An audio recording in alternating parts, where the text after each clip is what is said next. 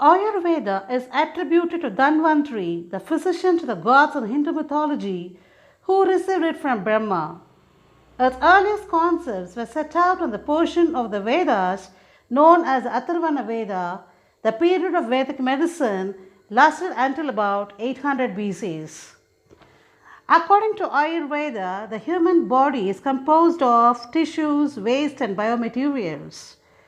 The seven tissues are plasma, blood, muscles, fat, bone marrow, and semen.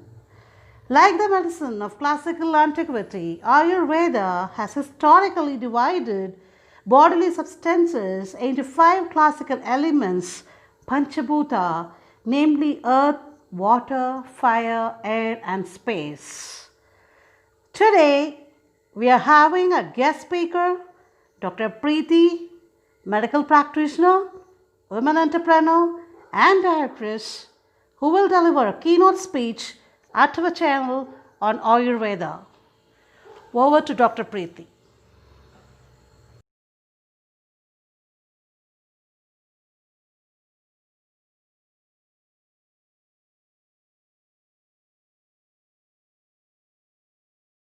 Hello, welcome to ZooTech. I take this opportunity to thank Mrs. Sangeeta for having me here, and I have been watching this channel, and it has been doing great work to educate, you know, educate students and public regarding life sciences and zoology subjects. So, today I am here to speak about the scope of choosing science in the higher secondary to enter in the Indian system of medicine, or to take up Indian system of medicine as their undergraduate or postgraduate course.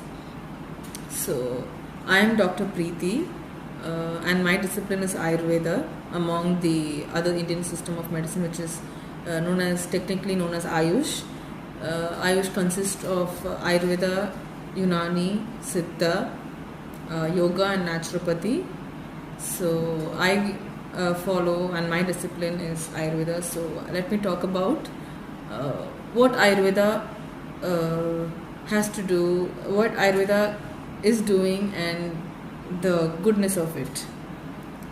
So when it comes to Indian system of medicine, people have a lot of doubts, a lot of inhibitions, a lot of queries when they want to choose to follow Indian system, any Indian system for that matter. Yoga, yes, it's a therapy, it's a lifestyle, so many people have started doing it. But when it comes to medicine, a lot of people, even who believe in the Indian system, have inhibitions following the medicines when it comes to illness. They want to choose something for immediate relief, like the modern medicine, and then when it really doesn't help, or when it goes beyond the level, then they want to come to Indian system. So when things were very low, very upset, very low, and when the system was not doing really well during the early 1950s or 40s, there were a lot of people who struggled to bring up this system of medicine to limelight, and to educate people on how good it is to follow, and how worth it is in to follow in your life. So last 50 years have been actually very good when it comes to this industry. It has been doing really well. Maybe after Corona, things have a real boom, and everybody knows what Ayurveda is, what Siddha is. But before that, people never knew anything specific about Ayurveda. So that is all herbal. Okay, that's how they call it. It's all herbal, and will they have side effects? How effective it is? How soon the disease get relieved and all that. But otherwise, we don't ask these kind of questions to the normal doctor, to the modern doctor we meet. But why? And why we don't ask such questions? Even if that is going to take time, even if that is going to cause any side effect, we don't ask them. We don't ask the doctor why and what happened. But when it comes to these kind of medicines, like when it comes to Ayurveda Siddha, when I practice, my own patients used to ask me, doctor, when will I get out of this problem? When will I get actual results? When can I see all those things? When I'll be fine? Will it have side effects? Will it cause heat? This and that and a lot of things, because the society has given such information in lots of ways, as in from media or as in from a lot of fake people, fake doctors who practice without a proper education, right? But that is common in both modern and this kind of medicine also, this system of medicine also. But ultimately the people are the one who are responsible, for them to follow which they want. They have to be educated. If they want to choose something, they have to be educated enough, or they have to know about it to follow it, right? There's no point following anything blindly, which is not right. Anything for that matter, without knowing, it's not worth following anything. So now when I speak about Ayurveda or Siddha, people react in a very delightful way. They're like, yes, the herbs really are very good. They don't have side effects. They cure really well and all that. But how did that knowledge come suddenly?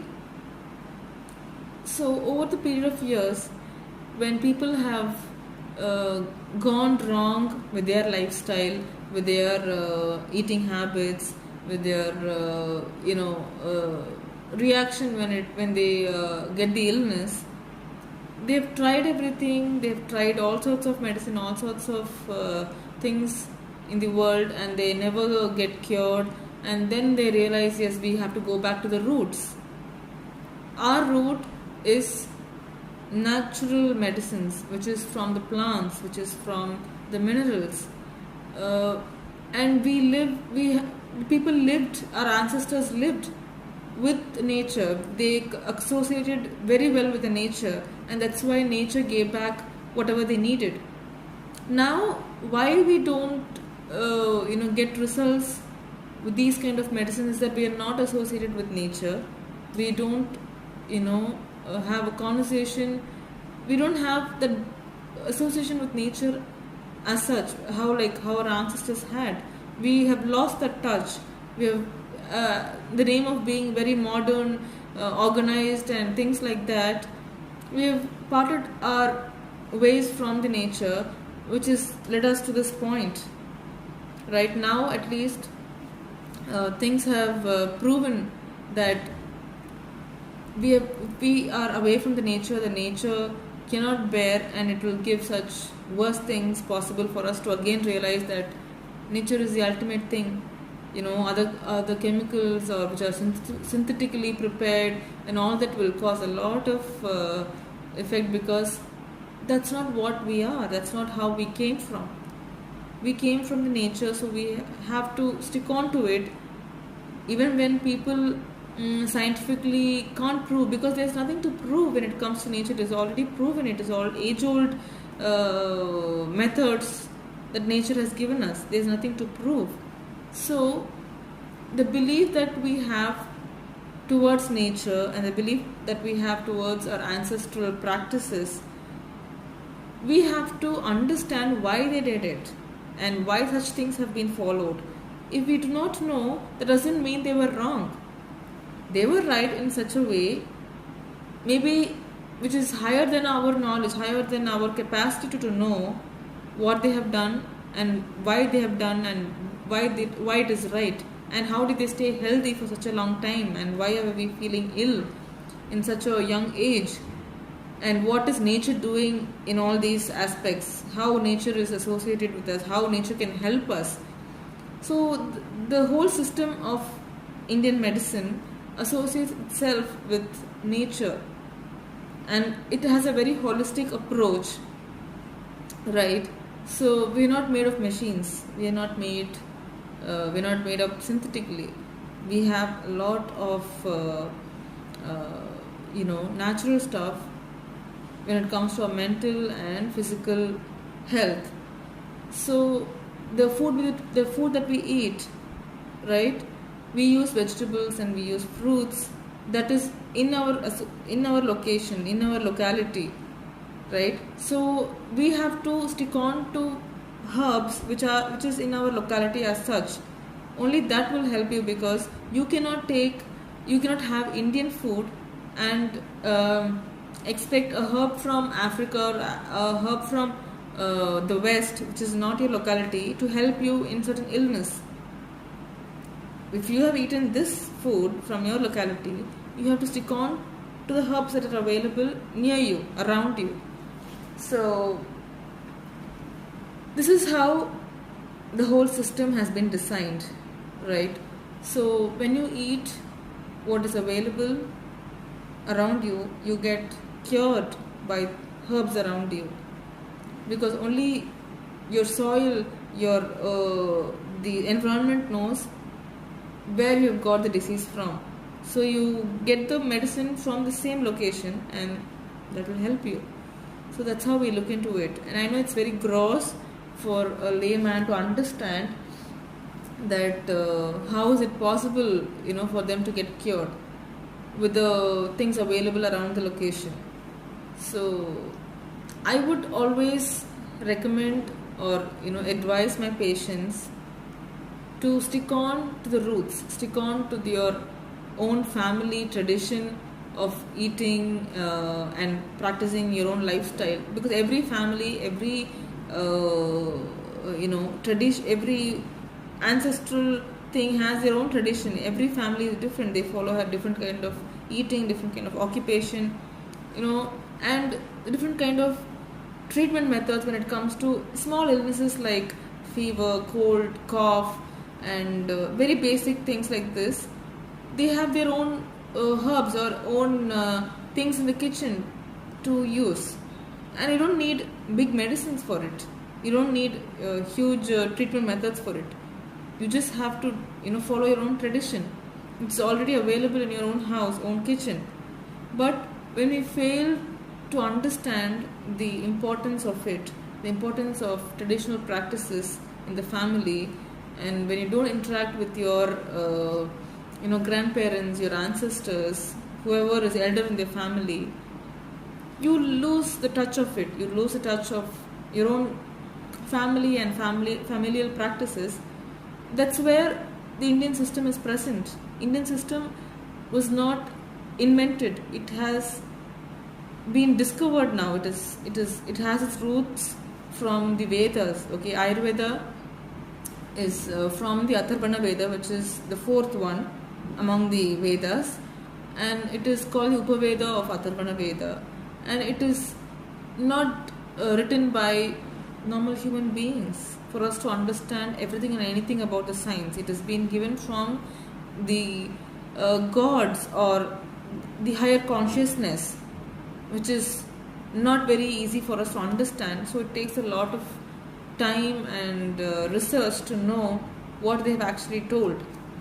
So when the roots are very, very higher, the roots are very holistic, we have to understand that it can be practiced in a very different way, rather like how we see other system of medicine. Like we go to the doctor, the doctor writes the medicine, prescribes the medicine, and we just follow it, and it still doesn't get cured. Why? Because the touch, there is no connection between you and the medicine and the doctor. So the doctor cannot give anything without understanding your personality. The doctor has to know what you are, how you are made up mentally, and why that physical illness has come to you. So all that the doctor has to understand, and then know you as a person and then prescribe medicine, and only then that makes sense. And when you get that medicine, the patient has to believe the doctor, believe the system, believe the medicines that is going to cure you or relieve you from something. Without the personal touch, between these things, it is not going to help you at all. So there is always emotional connection towards your the science and the medicine and the person who's going to treat you. So without that emotional touch, the whole system is not designed in a way that you can do anything and everybody can follow whatever they want and their own way. There is nothing like that. There is always a discipline. There is a way of doing it, method of doing it, and then it is customized according to your own needs.